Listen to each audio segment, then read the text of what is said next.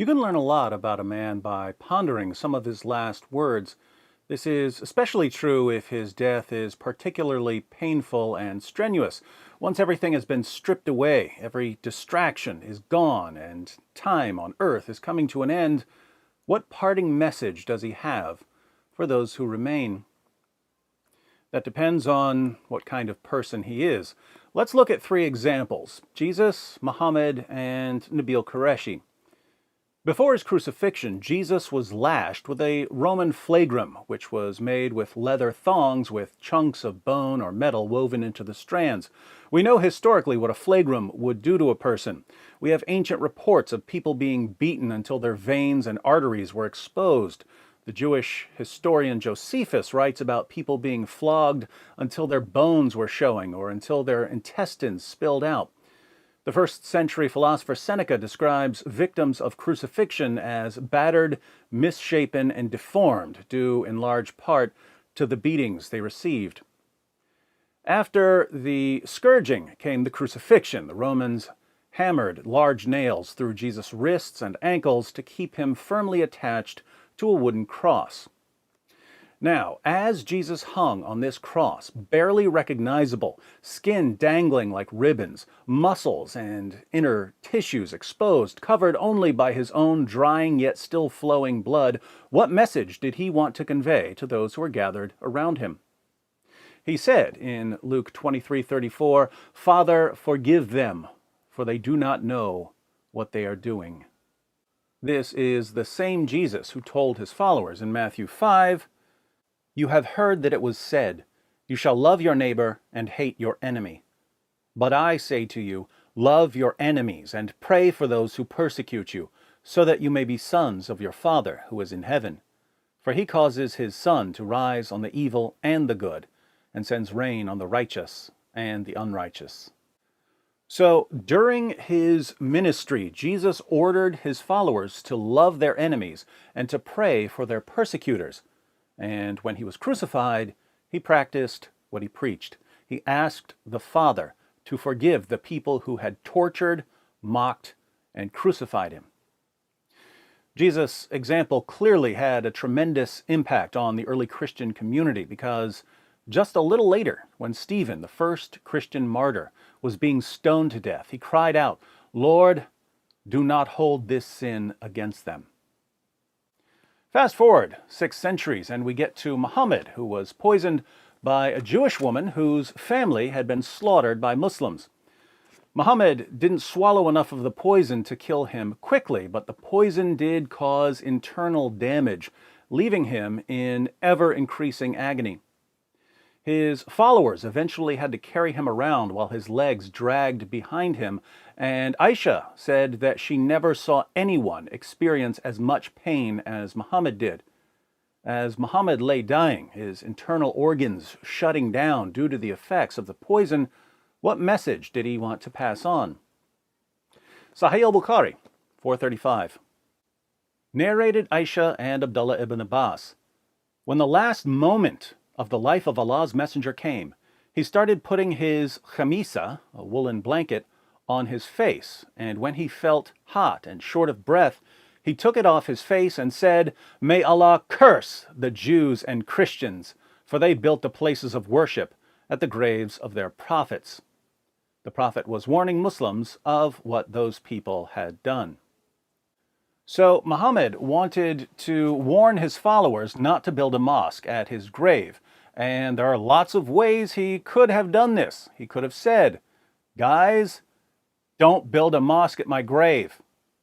But he decided to make his point by calling down Allah's curse on Jews and Christians. He didn't want Allah to forgive them, he wanted Allah to curse them. Muhammad's dying prayer was for Jews and Christians to be cursed. I should point out here that Islam's second holiest mosque, Al-Masjid al-Nabawi in Medina, is built over Muhammad's grave. So if Jews and Christians are under Allah's curse for building places of worship at the graves of their prophets, Muslims are also under Allah's curse for building a place of worship at the grave of their prophet. Since polytheists and atheists and others were already under Allah's curse, Muhammad on his deathbed, cursed everyone who hadn't already been cursed: Jews, Christians, and even Muslims. If Allah takes Muhammad's final prayers at all seriously, everyone is doomed. Fast forward another 14 centuries, and we have Nabeel, a follower of Muhammad who becomes a follower of Jesus. And we can see the impact Jesus had on Nabeel in Nabeel's last recorded words. Nabeel's internal organs were riddled with cancer. His stomach had been removed. The doctors had given up on him and had stopped feeding him.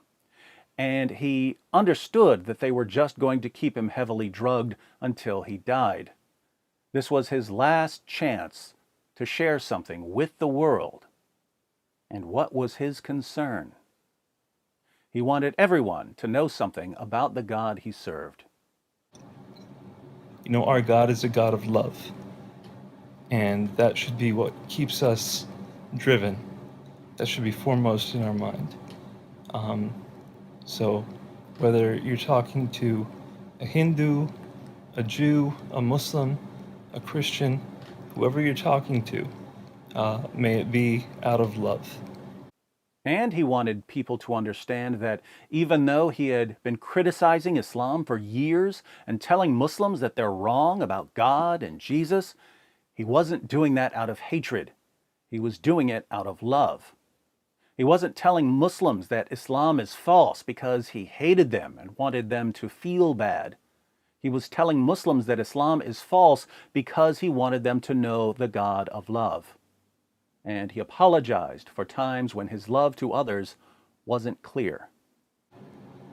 You know, I think it's very important that we discuss matters of truth. But at the end of the day, that is supposed to be undergirded by love and by peace.